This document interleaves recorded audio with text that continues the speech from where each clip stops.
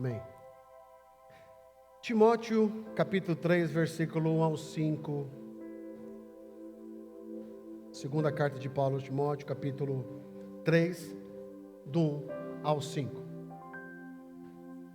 Saiba que nos últimos dias sobrevirão tempos difíceis.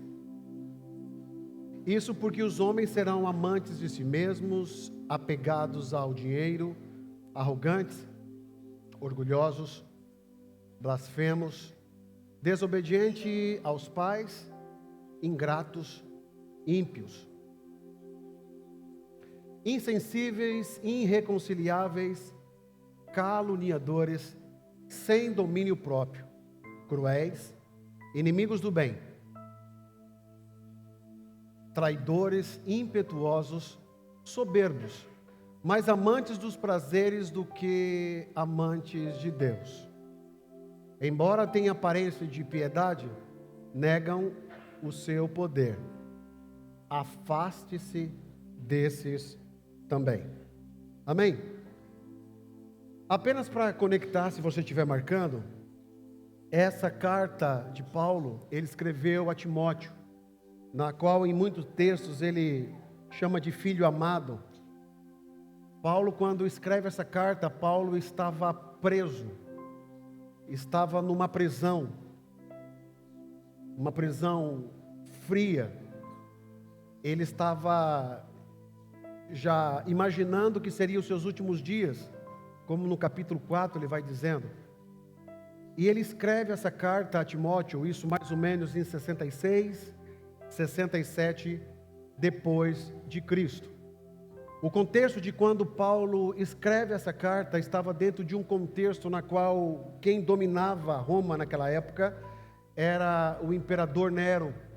Nero foi um dos imperadores de Roma que mais causaram violência, principalmente contra os cristãos. É aquele que empilhou linhas e linhas de cristãos colocando fogo. E Paulo escreve essa carta dentro de um contexto que estava Roma. E ele vai dizendo, Paulo, olha, está chegando momentos aí que está difícil.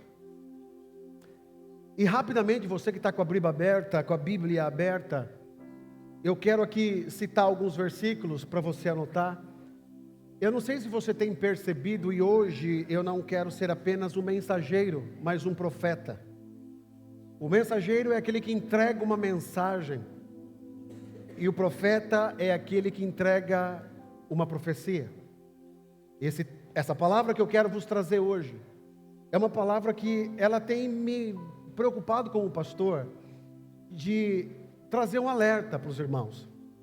Eu não sei se você tem percebido, mas o mundo parece que já está chegando no final. Quem sabe você não liga para isso, que você tem trabalhado tanto, mas eu estou aqui para te alertar. O mundo na qual a gente vive já, ele não vai mais existir. Não sei se você sabe, mas nós somos uma igreja na qual nós cremos que um dia Jesus vai voltar. Nós cremos que um dia nós não estaremos mais aqui. Amém? Pelo grau do teu amém, você não está muito interessado? É normal. Cada um dá valor naquilo que você quer ficar. Quem quer ficar aqui no mundo para sempre, diga amém. Ah, que mentiroso. Você quer sim. Você quer. Você quer, eu sei que você quer. Tem gente solteira que já falou, pastor, será que vai dar tempo de eu casar? Não sei. Cadê os solteiros aqui? Você não vai casar, Tiago. Jesus vai voltar e você vai subir assim. Viu? Solteiro para sempre. Não tem um casados para sempre? Também. Não, está quebrado. Isso não existe para você não, Tiago. Em nome de Jesus, não. E a gente sempre fala, e a gente tem visto em ambientes, na qual parece que a gente quer fazer de tudo para ficar aqui.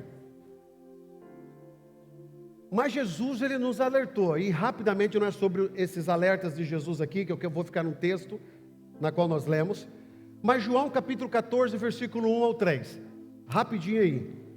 João capítulo 14, versículo 1 ao 3, diz assim: não se turbe o vosso coração, creiam em Deus, creiam também em mim. Próximo. Na casa do meu pai há muitas moradas, diz o texto tradicional. Se não fosse assim, eu teria dito, vou preparar lugar para vocês. Versículo 3. Quando eu for e preparar lugar, voltarei. Então Jesus alertando. Quando eu for preparar lugar, voltarei e levarei comigo, para que vocês estejam aonde eu estiver. Amém? Então alerta de Jesus. Mateus capítulo 24, versículo 30. Então aparecerá no céu o sinal do Filho do Homem, e todas as tribos da terra se lamentarão e verão o Filho do Homem vindo sobre as nuvens do céu, com poder e grande glória. Mateus capítulo 16, versículo 27. Porque o Filho do Homem virá na glória de seu Pai, com os seus anjos, e então dará a cada um segundo as suas obras. Aqui Jesus conecta a sua volta com ao juízo. Apocalipse capítulo 22, versículo 12.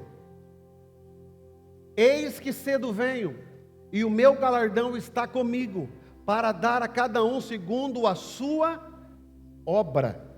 Apocalipse capítulo 22, versículo 20. Aquele que testifica estas coisas diz: certamente cedo venho. Amém. Ora vem, Senhor Jesus. Mateus capítulo 24, versículo 42. Vigiai, pois, porque não sabeis a que hora que há de vir o vosso Senhor. Por isso vós estáis apercebido também, porque o Filho do Homem há de vir, a hora em que não penseis. Mateus 24 e 27. Porque assim como o relâmpago sai do oriente e se mostra até o ocidente, assim será também a vinda do Filho do Homem. Mateus capítulo 13, versículo 26. E então verão vir o Filho do Homem nas nuvens, com grande poder e glória. Eu quero que você leia esses textos e saiba, irmão, nós não fomos criados e gerados para continuar aqui. Então verão vir o Filho do Homem nas nuvens, com grande poder e glória. Lucas capítulo 19, versículo 13. Negociai até que eu venha. Jesus ensina que a sua igreja deve permanecer ativa até o seu retorno. Negociai até que o Senhor venha. Lucas capítulo 18, versículo 8.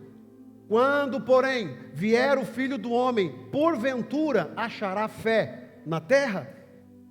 João, e o último, João capítulo 14, versículo 3. A promessa central do Evangelho não é apenas que Jesus morreu e ressuscitou, mas que Ele voltará. 14 e 3.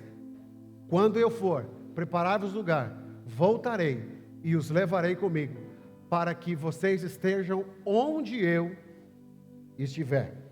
Amém? Então a Bíblia, ela é composta, tem um termo, não é da psicologia não, da teologia, que é a escatologia, que são estudos das últimas coisas, sobre o final. Quem sabe um dia, se os irmãos quiserem, a gente pega uma quinta-feira, só para a gente estudar sobre o Apocalipse, do que está acontecendo, do que está por vir. Aqui Jesus ele conecta o seu dizer que ele virá. E nós temos percebido, o mundo tem andado de alguma maneira, a tal forma, de que parece que as pessoas têm perdido a percepção de que Jesus vai voltar. Nós conhecemos Jesus, recebemos Jesus, batizamos nas águas, como testemunhas do Senhor, e parece que a volta de Jesus ficou para trás. E todas as vezes que eu sempre preguei, esses mais de 25 anos, uma das mensagens que sempre foi o carro-chefe de todas, onde eu andava, sempre ia falar sobre a volta de Jesus. Eu venho, sou filho e neto de pastor, meu avô já não está mais conosco, mas aonde ele passava pregava que Jesus ia voltar. Meu pai hoje, um pastor aposentado, também sempre pregou que Jesus irá voltar. E eu continuo dizendo que Jesus vai voltar. Agora, se eu pego do meu avô mais tempos atrás para hoje, nós conseguimos enxergar hoje com mais exatidão o que está acontecendo no mundo. Eu não quero entrar aqui nos pormenores, que não vai ter tempo para isso, mas se você olhar para a política, você vai vendo que o sistema mundial está tomando uma uniformidade do que a profecia e o livro do Apocalipse traz para que nós entendamos. O mundo está andando de acordo, aonde certamente você vai acompanhando, você vai vendo como é que está o mundo. A política do mundo, a geopolítica, a gente sai da política e a gente vai para as questões da finança, na economia do mundo. Você vai percebendo hoje que qualquer coisa que acontece em determinado lugar afeta a economia mundial. E uma das plataformas do anticristo é a unificação também da moeda. E se hoje você perguntar, será que seria possível uma união de moeda? Bom, isso já está sendo preparado através dos bitcoins. Hoje muitos lugares já não negociam mais através de dinheiro de papel. Hoje muitos lugares já se negociam através dos bitcoins. E haja vista hoje, quando você vai ver o dólar, a cotação do dólar para o real, né? Sobe e cai, estamos menos hoje, mas quando você pega a cotação, às vezes da bitcoins, está lá em cima. Aí você vai percebendo, esse dia alguém me perguntou, por que não tem uma moeda mundial mesmo? Se você for parar e pensar, de fato, se tivesse uma única moeda, aparente mão ajudaria a população. Aí você sai da economia, você vem para as famílias, você vem para a população. Então, como nunca a igreja está vivendo os seus últimos dias aqui na terra. E Paulo, quando ele escreve a Timóteo, ele vai dizendo que nos últimos dias, põe lá o texto para mim, por favor, segunda carta de Paulo aos Timóteo, capítulo 3, Miguel, versículo 1, saiba que nos últimos dias sobrevirão tempos difíceis. Vamos lá com a tua Bíblia aberta, vamos caminhar agora texto a texto. Paulo está avisando, nos últimos dias, e eu coloquei vocês dentro do contexto que foi escrito, que também estavam passando por momentos de extrema dificuldade moral, social, política e financeira da época. E nós vamos estar lendo esse texto e você vai perceber que parece que há mais de 2000 anos atrás quase, esse texto foi escrito para nós hoje. Então ele vai dizendo que nos últimos dias, que últimos dias são esses? Antes do Senhor Jesus voltar. Então Paulo já vinha avisando há mais de 2000 anos atrás, que nos últimos dias, que últimos dias são esses? Os últimos dias da igreja aqui na terra. Aí ele vai dizendo, vai vir tempos difíceis. Há outro texto que diz tempos trabalhosos. No grego essa palavra significa chalepos, a tradução que significa tempos perigosos, violentos, difíceis de suportar, espiritualmente tóxicos. Paulo ele vai dizendo que nos últimos dias seriam emocionalmente, moralmente e espiritualmente pesados.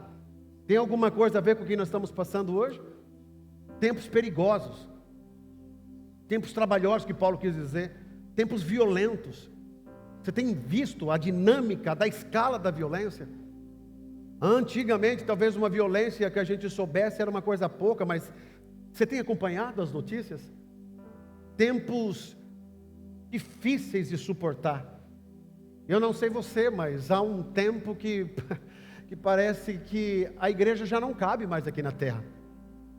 Entra sol, vai embora o sol, estamos alegres porque o verão chegou, daqui a pouco está o inverno de novo, e a gente vai vivendo a vida dessa maneira sem achar que um dia tudo isso vai acabar. Hoje você pode perceber que existe uma ansiedade coletiva, depressão crescente. Nunca foi estabelecido diante da OMS, que é a Organização Mundial da Saúde, um tempo de maior escala da depressão no mundo todo. Estudiosos há uns 5 anos atrás, antes da pandemia, eles diziam que nos anos próximos, que eram exatamente da pandemia, que foi lá em 2020, né? Acredito, 2021, não foge a memória. A escala da depressão ia subir muito. Com o advento da pandemia, algo que não estava programado, isso acrescentou em muito mais. Então, nunca nós vimos falar tantas pessoas sobre depressão, ansiedade, doenças da infância, TDAH. Você que é mais antigo como eu, você já ouviu falar de TDAH antigamente? Não é? Hoje todo mundo tem TDAH. Hoje as crianças têm autismo. Então sempre teve? Sim. Mas por que hoje grita mais isso? Talvez pela informação jogada para nós todos os dias. Eu não estou tirando aqui a inverdade que não existe. Não existe em si. Mas você tem percebido? Lógico, tem muitas crianças que é sem vergonha mesmo, que é só bagunceira. E o pai não corrige. Para não corrigir, ele fica falando que, né? Mas, fecho aspas aqui, é uma doença que tem crescido. Existem já estudos de profissionais só para estudar isso. Escolas sendo preparadas só para receber alunos. Desta maneira, igrejas, as nossas salinhas também preocupados com tias preparadas para receber crianças dessa forma. Então você vai entendendo que parece que é uma crescente na coletividade humana, confusão emocional, as pessoas estão perdidas emocionalmente. Esse dia eu vi um vídeo de um menino chorando muito, ele estava trabalhando, parecia que era fora não era nem era por aqui mesmo onde a gente estava, ele estava entregando, um menino novo, e ele chorando, gravando o vídeo, falou assim: eu não nasci para isso, eu não mereço isso. É no Brasil aquilo? Eu não mereço isso, estou trabalhando demais, eu não mereço isso. Irmão, você entende essa confusão emocional? Hoje parece que as pessoas estão confusas. Paulo ele está dizendo do colapso familiar, tempos trabalhosos. Olha as famílias hoje como é que estão. Dependendo de certos ambientes que você está, tem até que ter cuidado de você falar sobre família. A gente vai conversar um pouco mais sobre ela. E sobre um vazio espiritual. Tempos trabalhosos. Vazio espiritual. O mundo está cheio de pessoas conectadas, mas profundamente solitárias. Essa semana eu estava vendo um psicólogo falando que uma das características da psicologia no ser humano de hoje, e teve o seu começo na pandemia, quanto mais em casa você fica, mais em casa você quer ficar. Para você sair de casa, você já começa a medir um monte de coisas, de novo com aquele povo, aquelas pessoas, aquilo lá, e você acaba, vou ficar em casa, vou colocar uma sériezinha e vou ficar lá. E você fica no teu mundo, no teu mundinho. Com isso a gente vai perdendo conectividade com pessoas. E a gente só fica conectado nas telinhas que estão na nossa frente. Com isso vai trazendo uma frieza espiritual, emocional, desconectos da realidade. Tem pessoas que são muito bons atrás de um vídeo, mas são péssimos no tete a tete. Eu vi de um tempo onde você tinha que se destacar falando. Nas escolas antigas, trabalho escolar, quem lembra do trabalho escolar aqui? Você era obrigado a falar.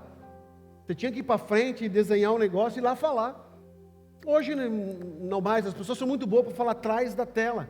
Mas se colocar para falar diante de 5 pessoas, a pessoa tem ataque cardíaco, fica nervosa. Não é culpa dela. Nós estamos vivendo esse mundo. Tempos trabalhosos. No capítulo 3, versículo 2, vamos acompanhando. Ele vai dizendo que, põe ali, por favor, Miguel. Capítulo 3, versículo 2.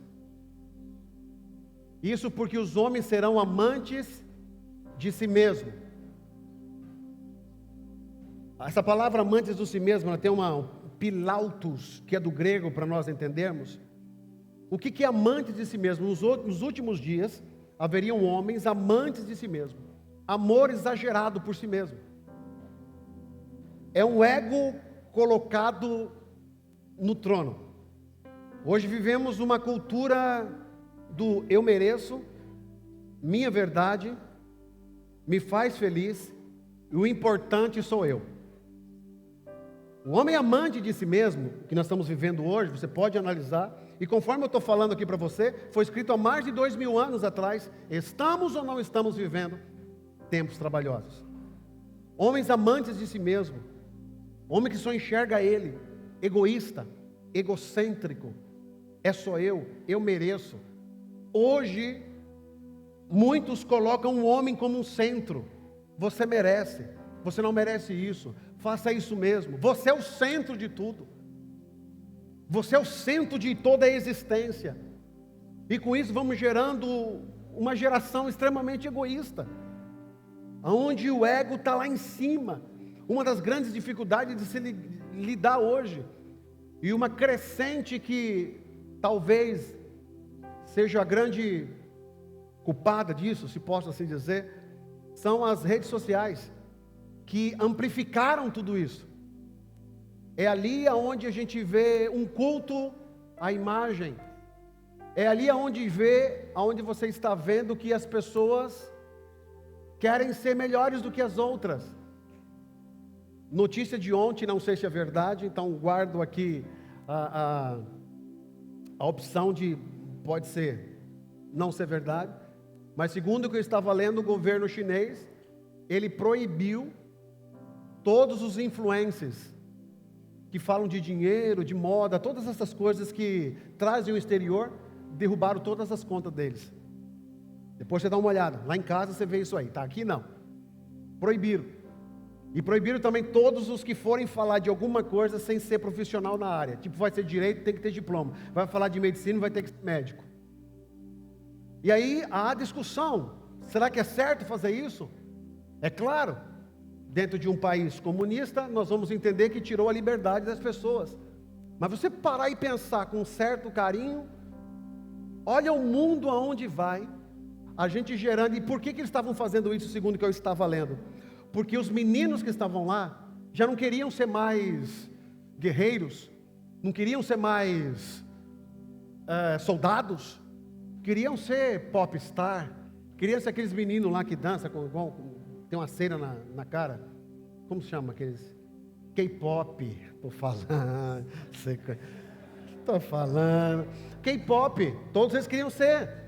Aí o governo, quando ele olha para hoje, ele está vendo o amanhã, porque se eu vou influenciar o amanhã, daqui a pouco a gente não tem mais guerreiros, nós vamos estar cheios de K-popeiros.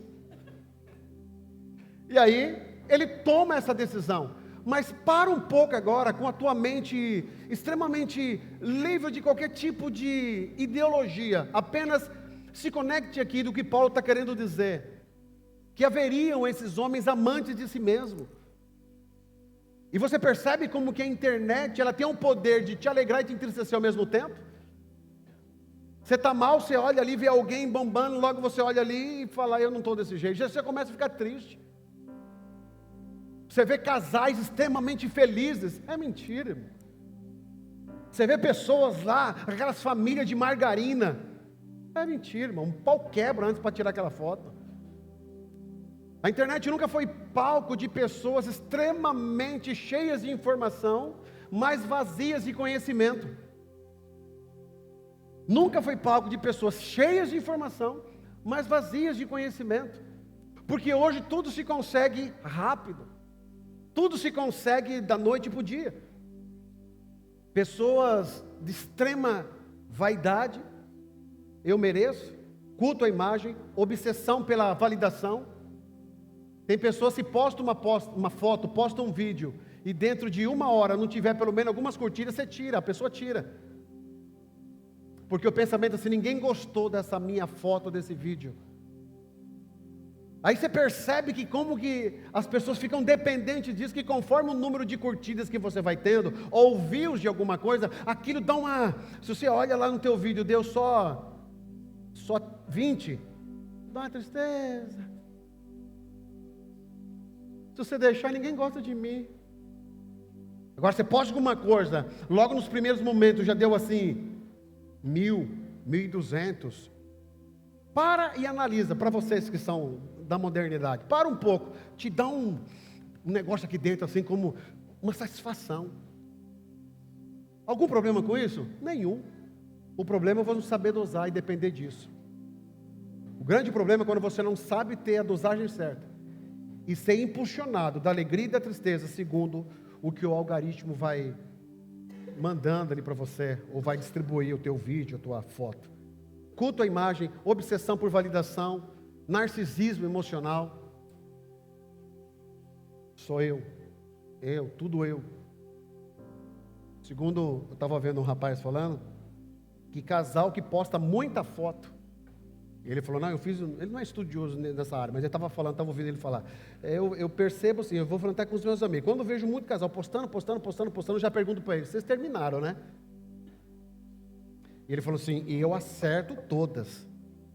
Porque o casal que é feliz e vive bem, não vive 24 horas postando. Existem os controvérsios, né? Mas está lá. Vamos lá. Homens amantes de si mesmo, egoísta. E ele vai continuando. Homens apegados ao... Não existe hoje. Não. Eu acho que essa parte aqui, Paulo, ele se equivocou, Bia. Não existe. Apegado ao dinheiro, Israel? Não existe, não. A minha versão, ele está dizendo assim, avarentos. Apegado ao dinheiro. O que é avareza? Assim, homens que vivem e o seu significado é o amor ao dinheiro. E é interessante que quando você conhece alguém que é apegado ao dinheiro, 5 minutos de conversa já sabe que ele é. Já sabe. O dinheiro é o senhor dele, não o dinheiro serve ele. Nada contra, irmão. Faz assim com a tua mão, em nome de Jesus. Faz assim com a tua mão. Seja próspero e muito rico. Fala amém. Isso. Olha para o irmão que está ao seu lado e fala para ele, rapaz, eu sou muito rico. Fala aí para ele. Fala. Isso. Ele vai aproveitar e pedir dinheiro emprestado aí.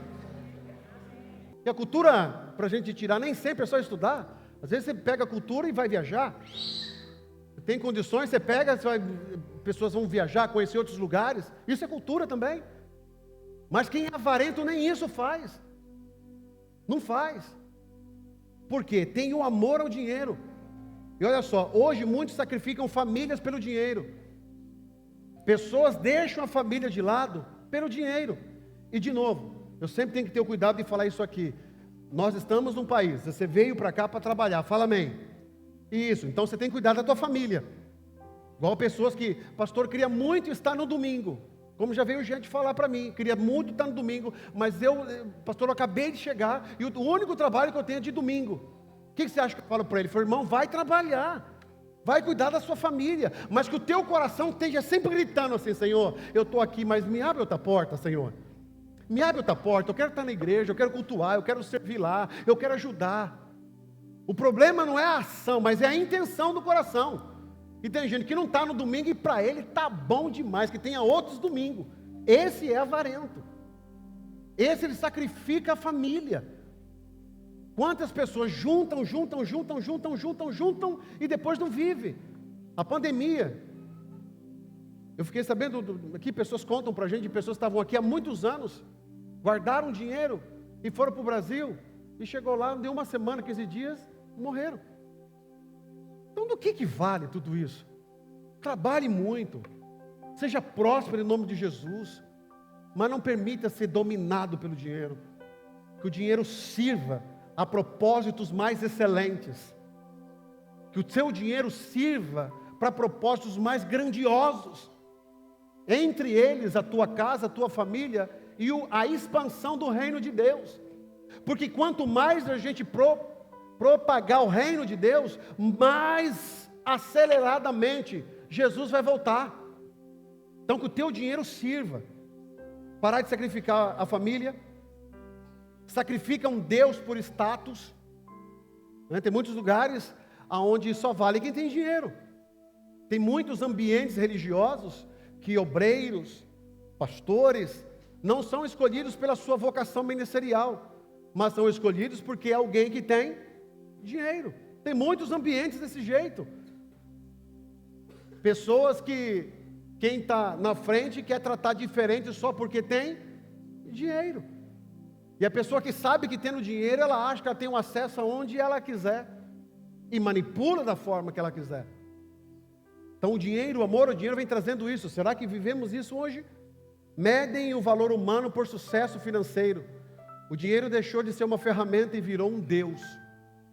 Quando você começa a medir uma pessoa pelo tanto que ela tem, pelo dinheiro que ela tem, você deixou de ver Deus nessa pessoa. E está vendo o dinheiro como seu próprio Deus. Porque entenda uma coisa. Você acha que todo mundo vai ser rico? Sim ou não? Não, irmão. Não. E desculpa eu falar para vocês aqui, a grande maioria aqui, você não vai ser milionário não, tá? Eu já vi gente chorando aí, mas é desculpa. Não é para todo mundo. Olha a tua idade, se fosse para ser, você já era.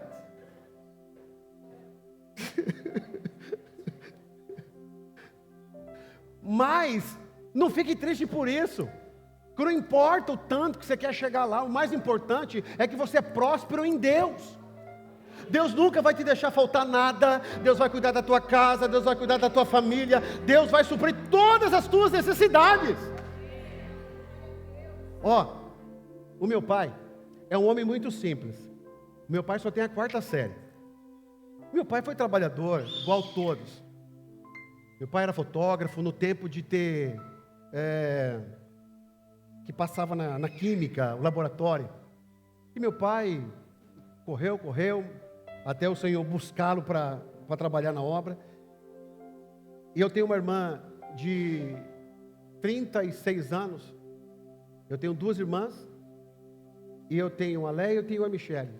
E a Michele, ela nasceu com um problema neurológico, que ela tem 36 anos, mas ela tem uma idade de uma criança. E os meus pais cuidam dela 24 horas. Meu pai mora numa cidadezinha que tem 8.000 habitantes. Meu pai nasceu nessa cidade, saiu ao longo da vida, foi pastor dessa cidade, da igreja lá nessa cidade, por muito tempo. E meu pai mora ali. Meu pai é aposentado, minha mãe aposentada, minha irmã tem a aposentadoria dela, meu pai tem a casa própria dele, tem o carrinho dele. Essa semana eu liguei para ele e falei: filho, eu estou aqui com a tua mãe, me deu vontade de comer uma carne, fui lá e comprei uma picanha. Eu falei: que bênção, pai. Então, o senhor está milionário, que o tempo que a gente está vivendo no Brasil, deu vontade de comer carne, foi lá comprar, glória a Deus por isso. Mas o que eu quero te dizer? Não é dinheiro. Esses dias minha mãe passou mal. Minha mãe teve um problema, que ela teve que ser internada, às pressas.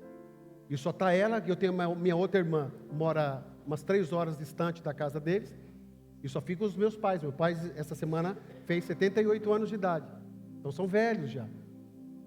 E aí, a minha mãe, ela começa a ter muita dor, de passar o tempo de carregar muito a minha irmã, que pegar a minha irmã, colocar no carro, repetidamente por anos, foi trazendo um prejuízo para a saúde dela também, isso. E aí, meu pai mora na rua do hospital, na casa dele. Quando ele comprou a casa dele, não existia nada ali, mas eu tenho um hospital na rua. Olha a coincidência, na rua da casa dele. Meu pai, como já pastoreou muito tempo lá, todo mundo conhece meu pai. E aí meu pai está lá agora, os médicos vieram buscar a minha mãe doente, os enfermeiros do hospital foram lá em casa, buscaram a minha mãe e levaram para o hospital. Quando que você vê isso? Chegou no hospital, falaram assim: não, aqui, pastor, ela cidadezinha pequena, vamos levar para uma cidade maior.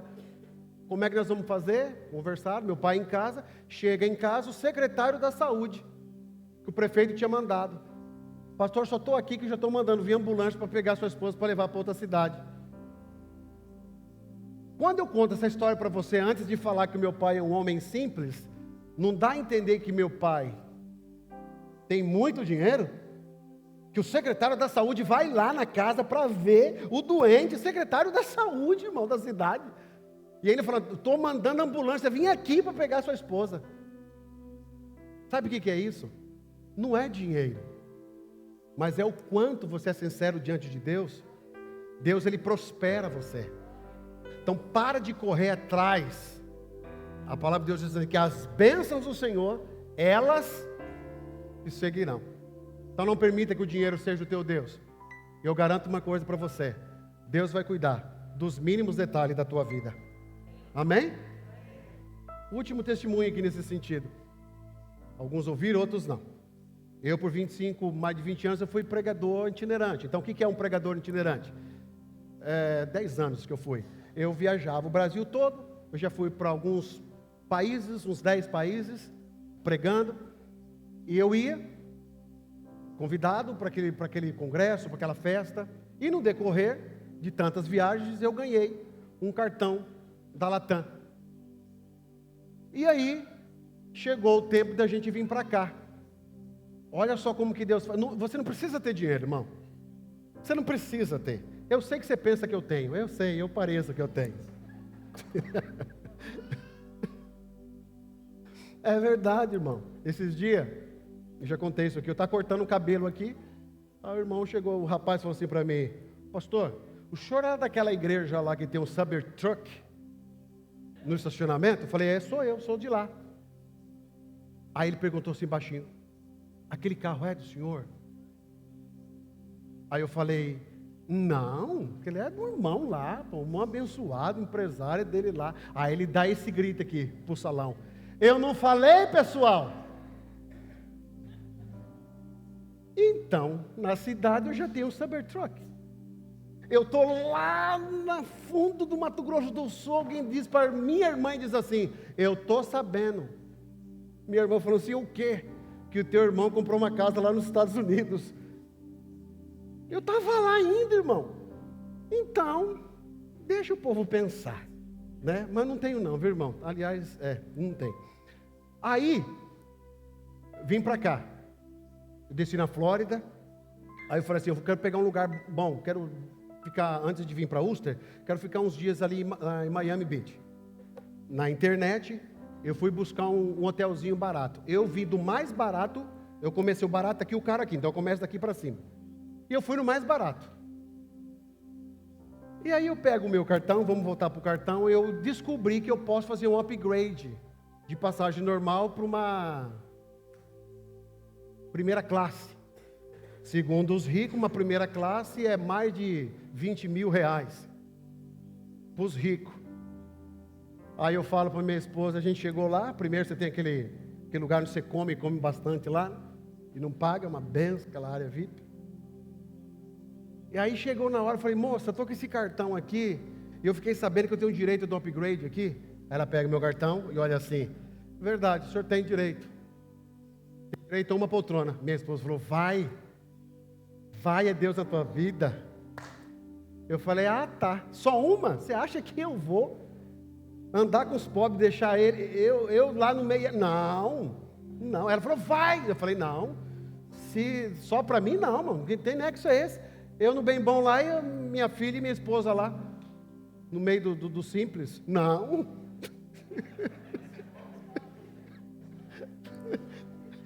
Aí a gente entra, senta, quando você abre ali, as pessoas todas ali, sentei, colocamos cinto, minha filhinha, aí vem a moça.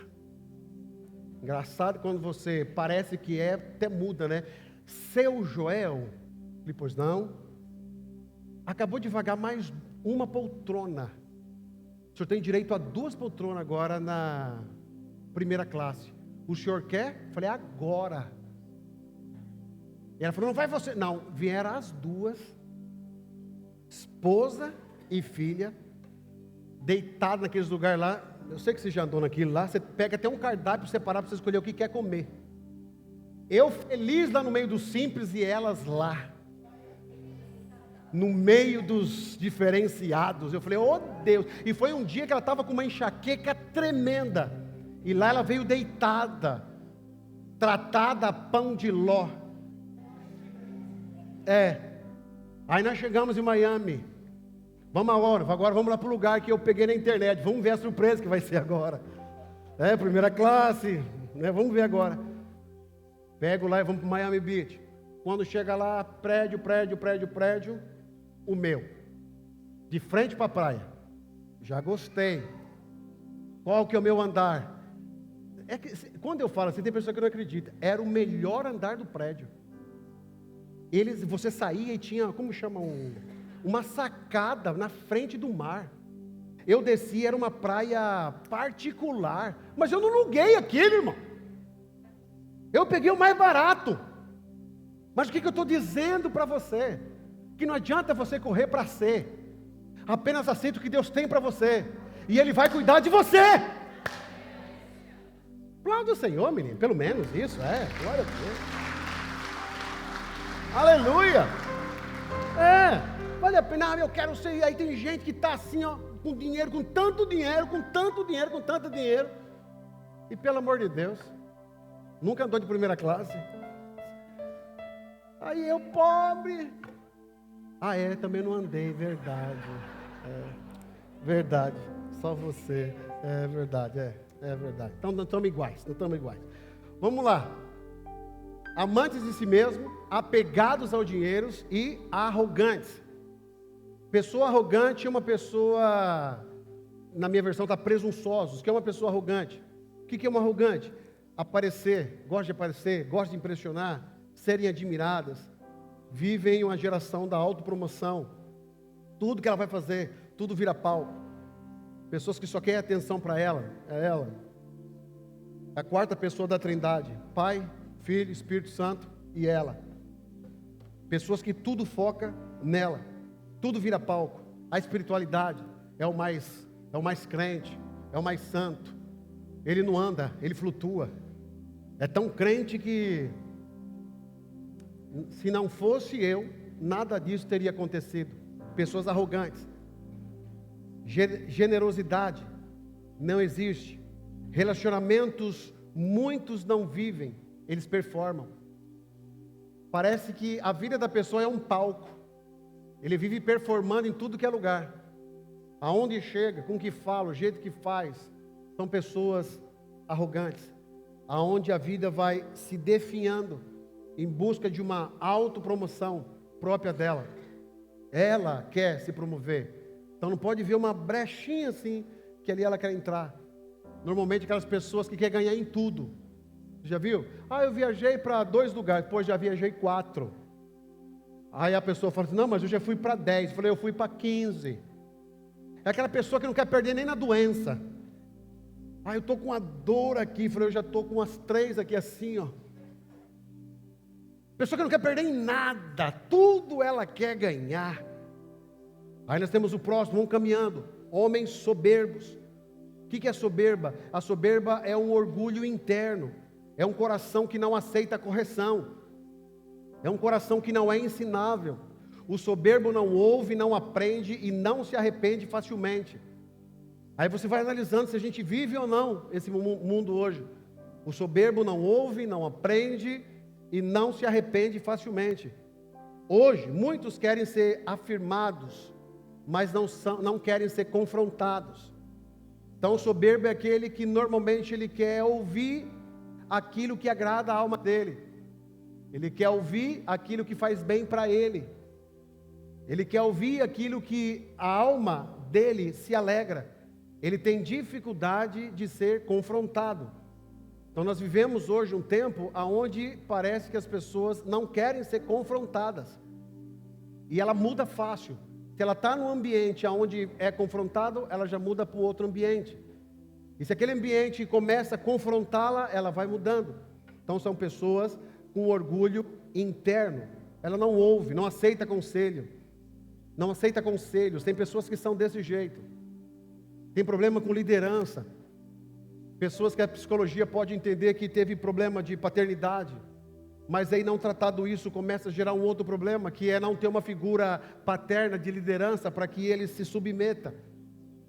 E aí quando eu não aceito isso, eu vou me tornando orgulhoso, interno. Eu não preciso. Para que eu vou pedir conselho?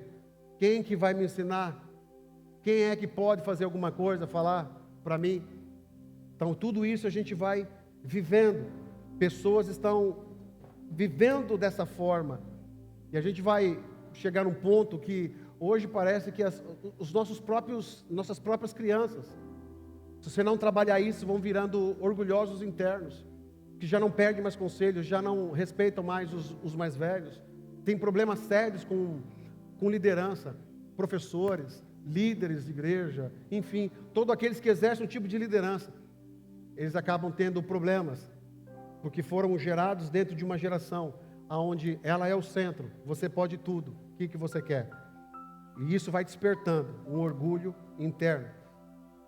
Ele vai falando agora de blasfemos.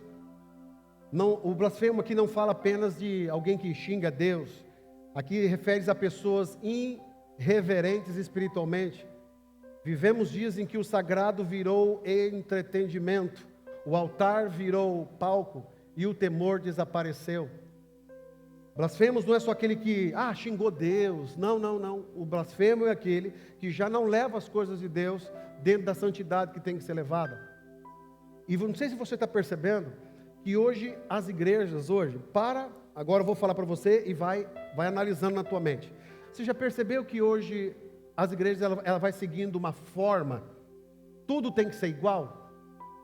Se você pega 80% das igrejas, salvo as tradicionais, as históricas, parece que todas as outras só mudaram de placa, porque é a mesma coisa.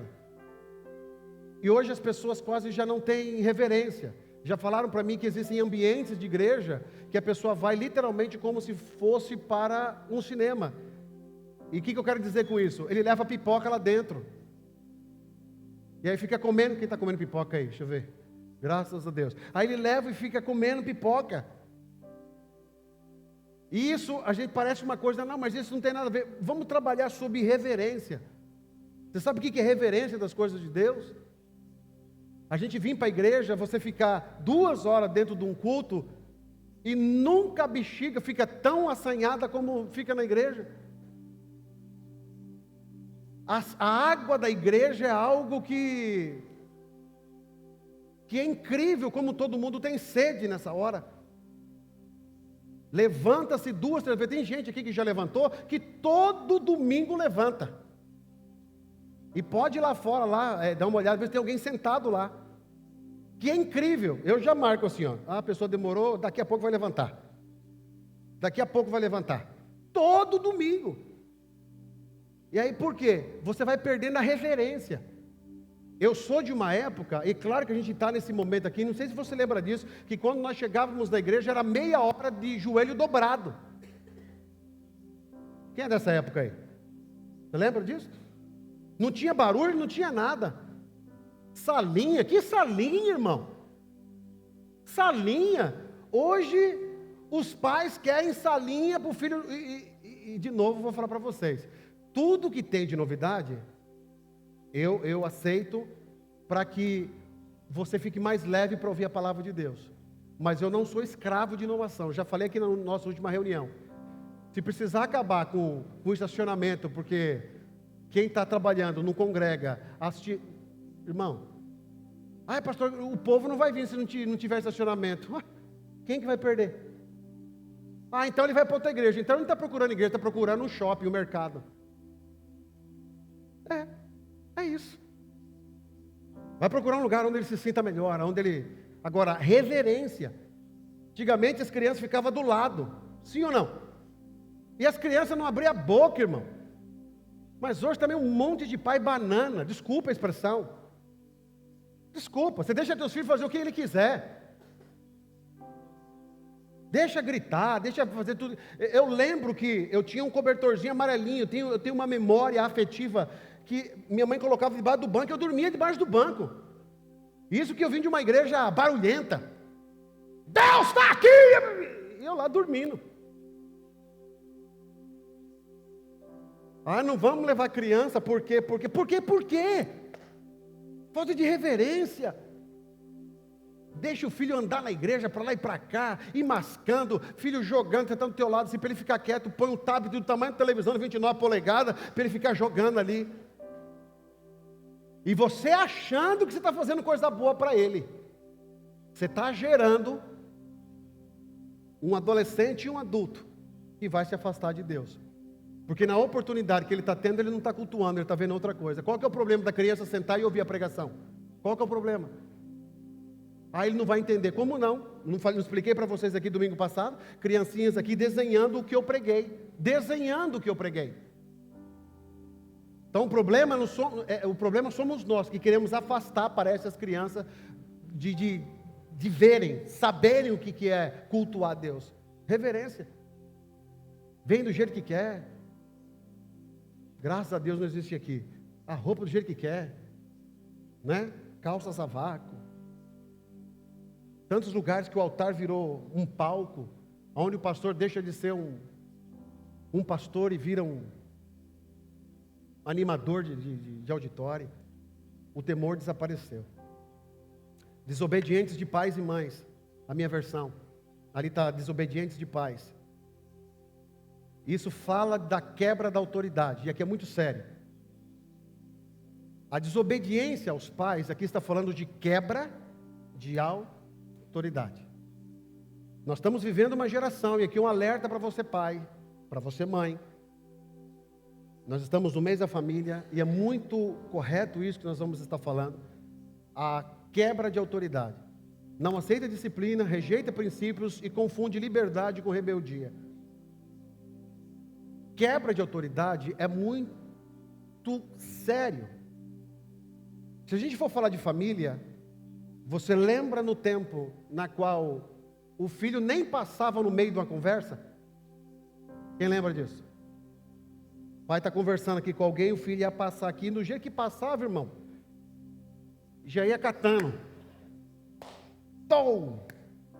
Ai, pastor, que tempo é esse? Ô, irmão, esse é o tempo que tem gente que está firme aqui. Tiago, coitado, apanhou muito, não deu certo, mas tá aí firme. Conversava, se a tua mãe não repreendia você, eu lembro que meu pai só falava assim, depois a gente conversa. Ah, irmão, era melhor falar, não, bate agora, porque se depois a gente conversa, e conversava, não adianta você vir com carinha de gato de botas, não, irmão, pegava mesmo, e quando a mãe chegava para você, falava assim, pode passar, filho. Não, você vai me bater. Não, a mãe não vai te bater. E a gente acreditava, né? Passava e lá ia o chinelo atrás. Mas pensa no respeito que você tinha pelo teu pai e pela tua mãe. Pensa no respeito que você tinha pelos mais velhos. Eu sou de um tempo que a gente nem chamava pelo nome próprio os mais velhos. A gente sempre colocava ou seu ou dona. Quem lembra disso? Senhor, senhora. A dona Maria é mais velha que você já não chamava pelo nome. Pastor, tem alguma coisa a ver isso? Irmão, não tem. Mas você vai acompanhando aqui quebra de autoridade? Tudo começa pequenininho. Eu, vou falar da minha família, nós somos acostumados a pedir bênção para o pai, para a mãe, para o tio, para a tia. E o meu é ainda assim, ó, bênção pai, bênção mãe. Vai dormir, bênção. Acordar, bênção. Eu aprendi desse jeito. E tentei passar para os meus filhos. Deu certo, graças a Deus. Pedro liga para mim, que a gente conversa. Primeira coisa que ele fala, bênção pai. Vai desligar, bênção mãe, bênção pai. E a tua resposta é o quê? Deus te abençoe. Mas princípio, quebra de autoridade, já não existe mais isso. Você já não respeita mais o pai e a mãe. E quando você, presta atenção, irmão, olha o que o inimigo faz. Quando ele destrói princípios de autoridade na família, ele destrói na sociedade. Hoje, se você for chamar um adolescente hoje, qualquer, dependendo da atenção que você vai chamá-lo, é perigoso ele dar uma facada em você. É perigoso ele bater em você. Por que quando você vai repreender alguém, as pessoas têm esse tipo de dificuldade? Porque já quebrou o princípio de autoridade. Quantas casas que já não tem mais esse princípio? E aí eu vou falar para vocês pais. Muitas vezes, não vou generalizar, mas muitas vezes o culpado é você. Você deu muita brecha para isso. Você deu muito. Ai, meu bebedinho do papai, vem da mamãe, vem da papaizinho. Aí o menino toma na tua casa, vai que bonitinho. Aí ele cresce, irmão. Para dar no meio não demora. Aí o filho, eu já tive em certas situações que o filho fala alto com o pai. Repreendeu o pai. Não, meu irmão. Princípio, se você não tratar princípios, se o teu filho não te respeitar, ele não vai respeitar ninguém. Não respeita professor. Tantos problemas que alunos, vamos falar do nosso país, professores estão tendo problema porque filhos não respeitam mais os professores. Estão batendo nos professores. Você lembra quando a gente tinha respeito com os professores? A gente tinha respeito com os mais velhos. Por que que eles estão desse jeito? Porque em casa quebra-se princípio de autoridade. E se eu não tenho princípio de autoridade, presta atenção, irmão. Olha aqui para cá. Analisa só o que o diabo vai fazendo. Presta atenção. Quando eu quebro o princípio em casa, eu não tenho princípio à minha volta.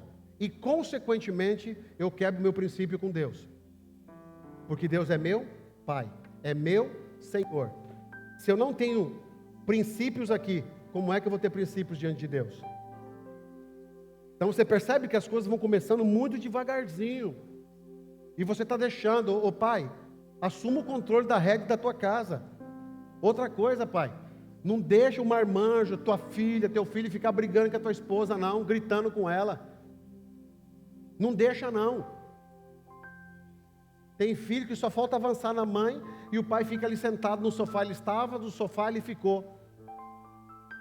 E a mãe olha assim: você não vai fazer nada, José? É o jeito dele, amor. Isso. Esse aí que vai deixar você no asilo. Ô marido, presta atenção aqui, os casados. Você é o sacerdote da tua casa. A responsabilidade lá é com você. Mas também você tem que mostrar que além de ser homem responsável pela tua família, você é homem de Deus. Os seus filhos estão vendo o teu exemplo. Então assuma a responsabilidade.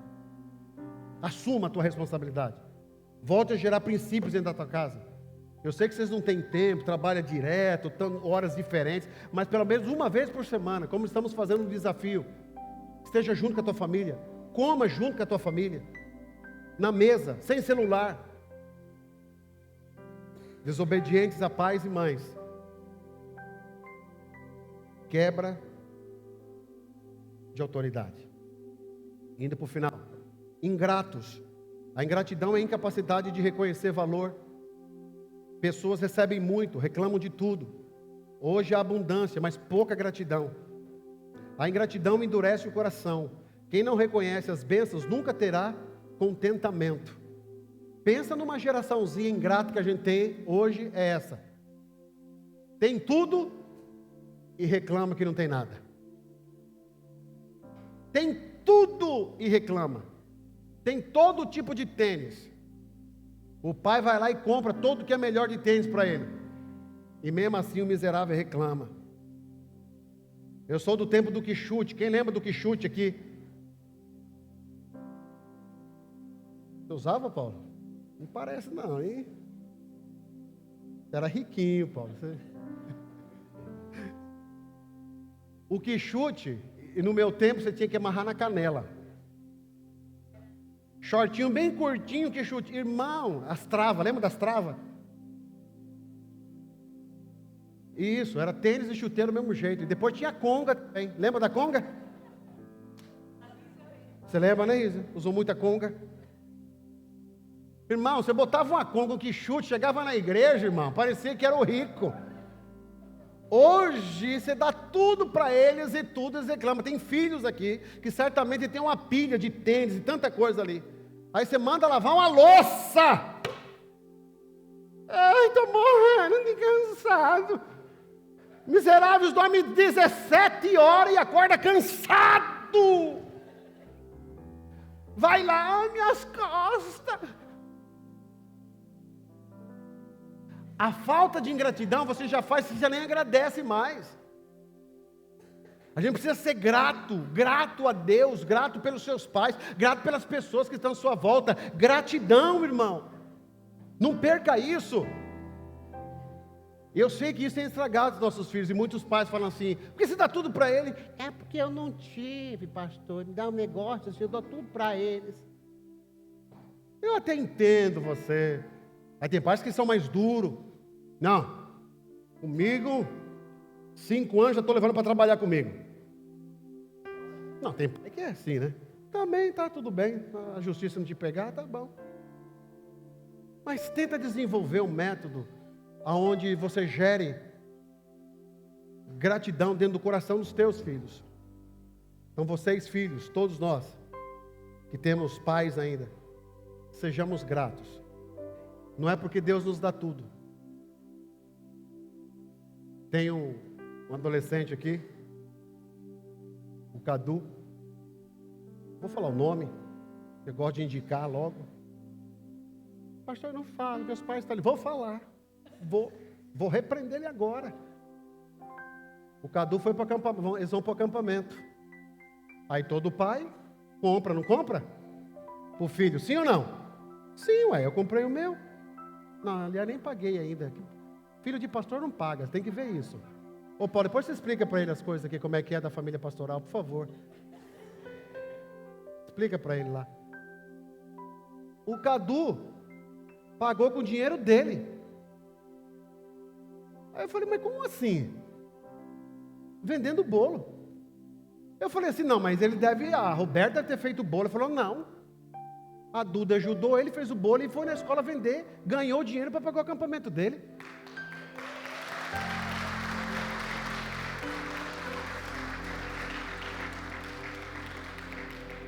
Você viu que coisa interessante? Você vai gerando gratidão. Tem um outro aí que está trabalhando na padaria.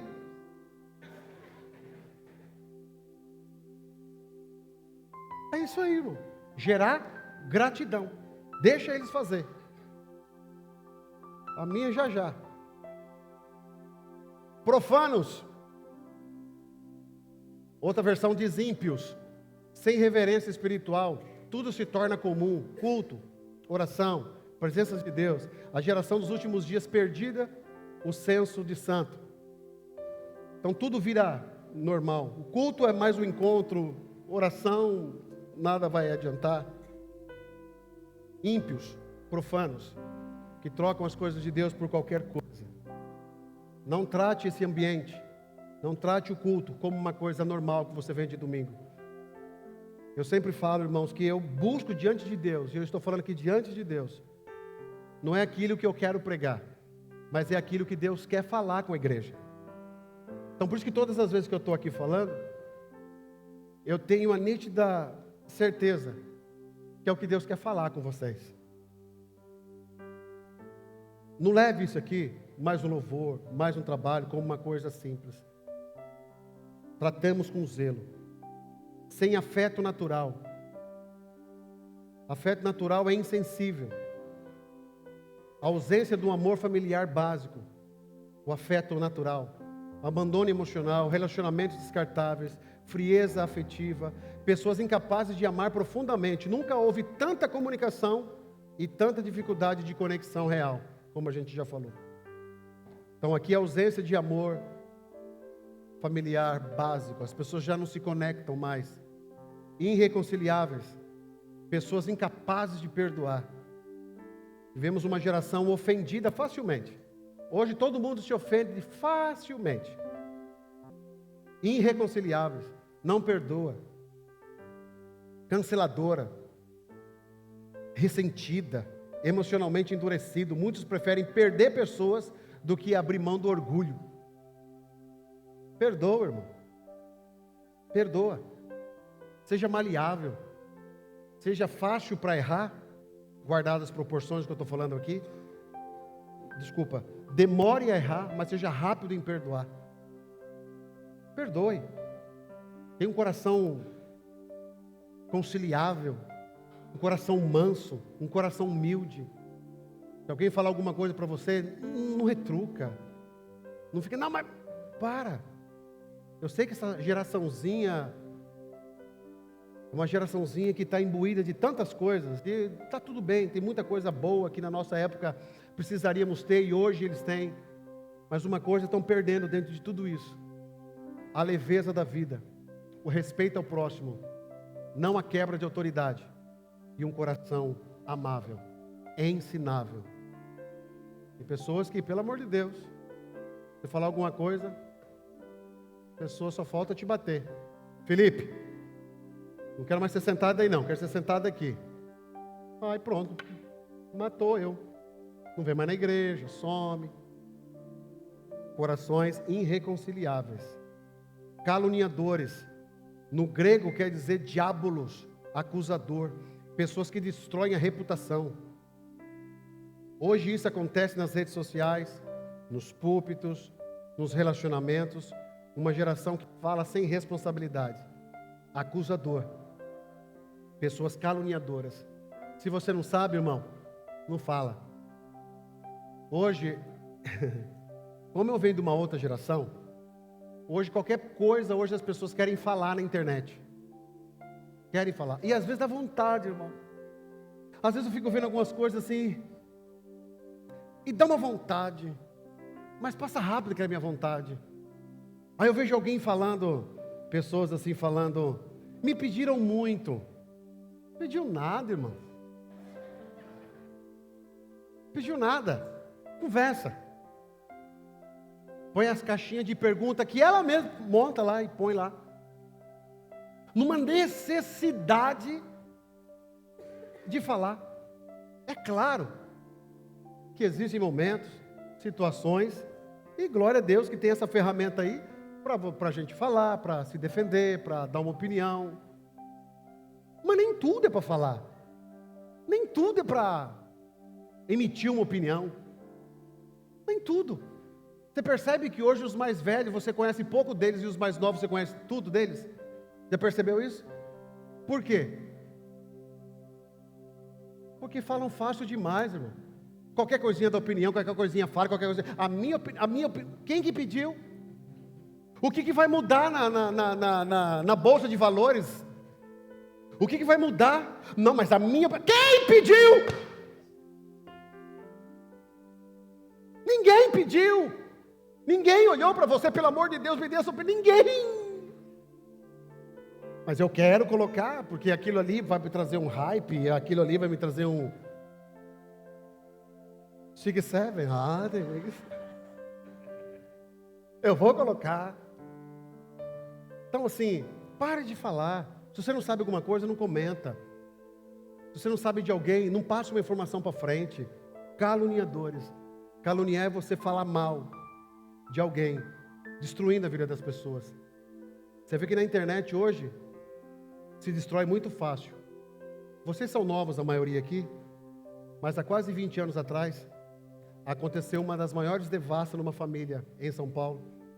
Eles eram donos de uma escola e levantaram uma calúnia de que acontecia coisas ruins dentro daquela escola, e foi divulgado por uma grande rede de televisão. Sabe o que aconteceu? A escola fechou, a família toda se perdeu e sofreram o escárnio da sociedade. Sabe o que descobriram? Que era mentira. Então tome cuidado quando você vai falar de alguém, quando você vai emitir uma opinião que ninguém pediu. E às vezes você está sendo um caluniador. E olha a definição: diabolos. Meu Deus. Próximo domingo eu termino. Amém? Você vai vir para a segunda parte? Hã? Será mesmo? Eu vou tirar uma foto aqui. Eu vou ver quem está aqui. Eu vou ver quem... Aqui, pega direitinho aqui. Aí eu vou olhar no domingo, pôr no telão, só para vocês verem quem veio. Cadê os fotógrafos da casa? Oriane, tenta tirar uma foto que pegue tudo aqui. É possível ou não? Vê se você consegue. Tira lá, pegando todo mundo. Domingo eu vou colocar aqui na tela. Você vai trabalhar domingo, Felipe? Você vai estar aqui. Muito bem. Não, pode ficar aí, pode ficar aí. Tirou já? Ah, ok. Que Deus abençoe vocês. Eu sei que é um tema assim bastante extenso. Eu achei que eu terminaria em 1 hora. E eu sei que se eu ficar aqui mais 5 minutos, vocês vão ficar revoltados. E eu não quero fazer você pecar. Amém? Então nós vamos para casa com essa mensagem. Deu para tirar? Amém. Guardar a carinha deles. Agora tira, pega eu aqui também. Eu fazendo assim. Tirou? Pronto. Deus abençoe você. Põe o nosso Instagram aí, por favor, Ítalo. Que Deus abençoe a tua casa, que Deus abençoe a tua família. Irmãos, a mensagem que a gente costuma pregar aqui, ela fica no YouTube da igreja. Então, se você quiser ouvir com mais calma, vai lá no YouTube da nossa igreja, que tem ali a mensagem. Ali você pode ouvir novamente, trabalhando. As nossas redes sociais, dê uma olhada ali, o nosso YouTube é aquele, nosso Instagram é aquele, tá ok? Então você vai ter essa mensagem, hoje, cadê o James? Meia-noite, né, James? Meia-noite já vai estar lá, em nome de Jesus. Que Deus abençoe vocês, que essa mensagem venha reverberar no nosso coração durante essa semana. Que nos últimos dias, teriam pessoas como essas. Mas graças a Deus, que nós não fazemos parte desse time. Que nós somos regenerados em Cristo Jesus. Amém? Espero você domingo aqui. Tá bom, Rízia? Sentadinha aí. Ficamos de pé. Vamos para casa. Que Deus abençoe.